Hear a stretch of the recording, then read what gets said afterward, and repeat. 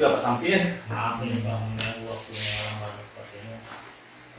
Sebenarnya saya mau cerita ini Pak, ada masalah politik di sekolah. Aduh, masalah apa itu Pak Samsir? Ini Pak, anak-anak itu kan ketika belajar, ini kan saya sudah menerapkan anak-anak untuk kebutuhan mereka untuk bermain. Jadi di dalam pembelajaran itu saya sudah buat permainan-permainan. Ya, tapi itu dia yang jadi masalahnya.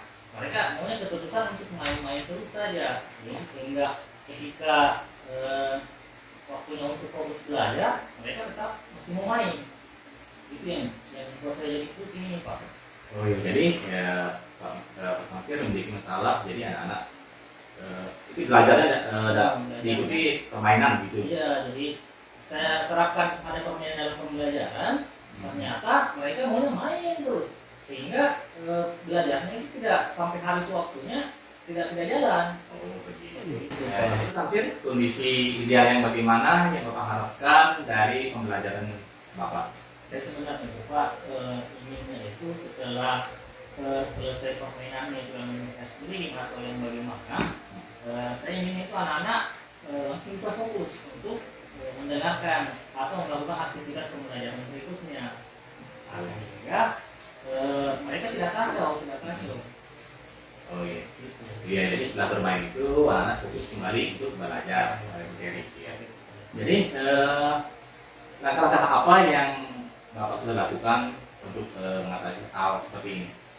Beberapa hal yang sudah lakukan itu kan selesai permainan itu kan biasanya saya anjurkan kembali mereka supaya kembali fokus pada saya.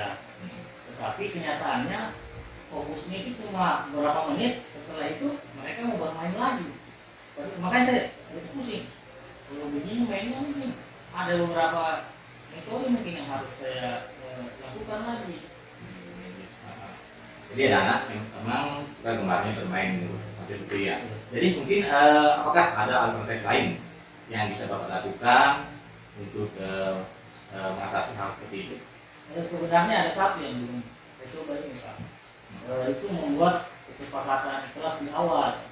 Itu yang saya rasa mungkin agak belum saya lakukan, sehingga pembelajaran itu tidak terlalu terkontrol. Itu seperti itu Pak. Oh iya, jadi kita melakukan keyakinan kelas ya. Rencananya kapan Pak Samsir akan lakukan seperti yang Pak Samsir katakan tadi? Secepatnya. Jadi ketika nanti saya melakukan pembelajaran berikutnya, saya akan coba terapkan yang membuat kesepakatan kelas itu, karena ya itu mungkin yang belum saya coba lakukan. Oh iya, jadi mudah-mudahan alternatif yang Pak Samsir ide yang Pak Samsir tuangkan tadi itu bisa bermanfaat atau bisa mengatasi masalahnya Pak Samsir ya. Terima kasih banyak Pak. Ada waktu yang sudah saya cerita sehingga saya bisa cari solusi saya dari masalah saya sendiri. Iya ya Pak Samsir. Jadi saya akan tunggu sering-sering atau kita berjumpa kembali untuk mendengarkan curhatan dari Pak Samsir kembali nanti. Siap. Jadi bagaimana perasaan Pak Samsir setelah kita melakukan ya sedikit sering-sering seperti ini?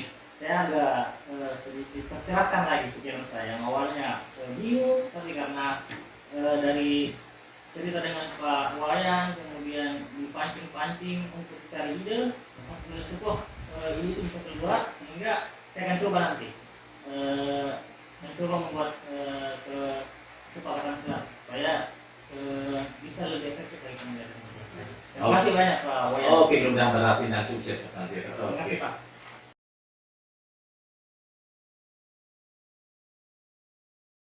Ya, assalamualaikum warahmatullahi wabarakatuh. Salam. Malam ini Pak. Samsir, mohon maaf ya saya mengganggu kita malam-malam ini Pak. Sebenarnya saya kesini ini ada sedikit permasalahan yang ingin saya ceritakan ke Bapak. Seperti itu Pak. Masalah apa itu Pak?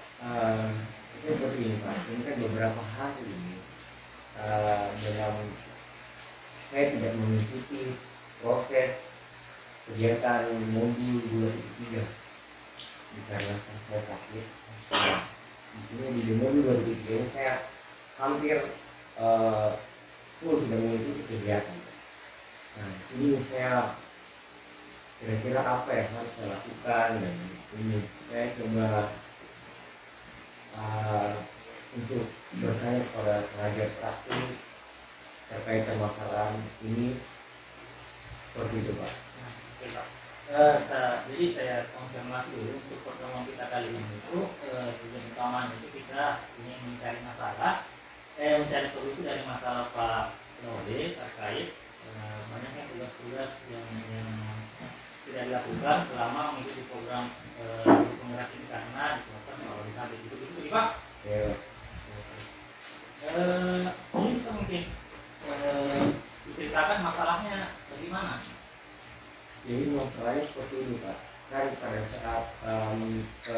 saat modul 2.3 ini berlangsung, itu saya dengan kondisi sakit, dan kemudian di saat itu juga jaringan di lingkungan saya, jaringan wifi yang biasa saya gunakan itu tidak baik, Pak.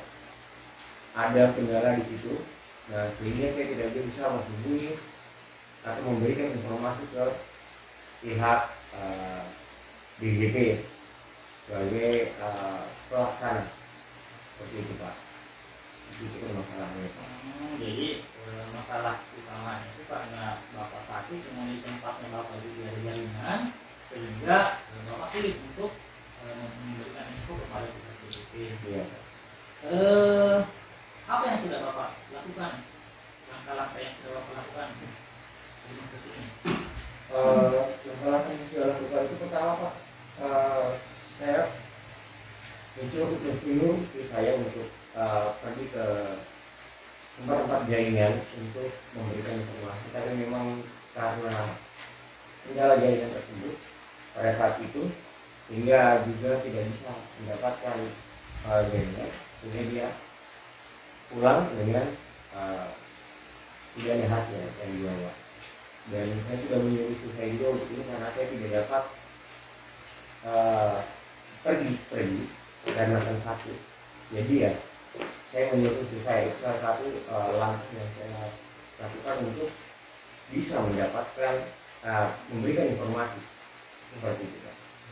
Tapi karena keterbatasan juga istri saya, nggak bisa juga terlalu jauh untuk melangkah ke rumah satu, bisa dia saya sakit, ditambah lagi ada anak-anak yang harus dijaga, sehingga langkahnya terbatas seperti itu.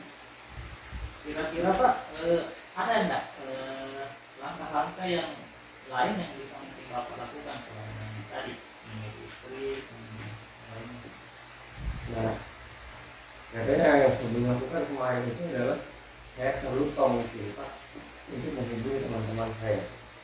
Seperti itu, teman-teman di penggerak, karena memang karena pada itu kondisi juga sakit, jadi yang bisa saya dapat terlihat dalam pemikiran saya itu ya hanya menyuruh istri saya tanpa mengabari juga teman-teman yang lain, seperti itu.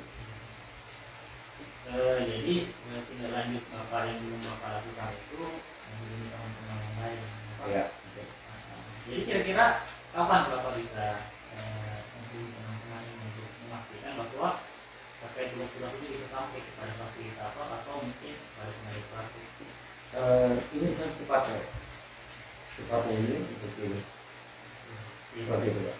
Mudah-mudahan masalah Bapak terkait tugas-tugas yang menumpuk bisa cepat diselesaikan. Saya tunggu kabar infonya ketika sudah menginfokan kepada teman-teman yang lain. Saya tunggu kabar berita yang mudah-mudahan dapat kabarkan dari Bapak.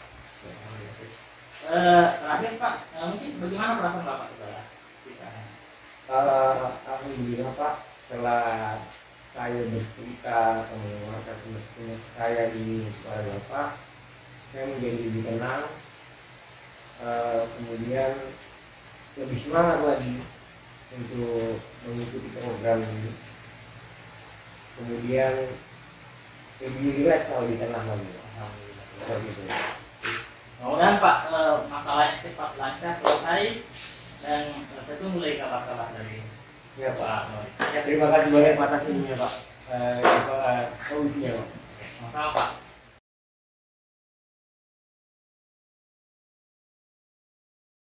Oke, selamat malam Pak. Selamat malam Pak.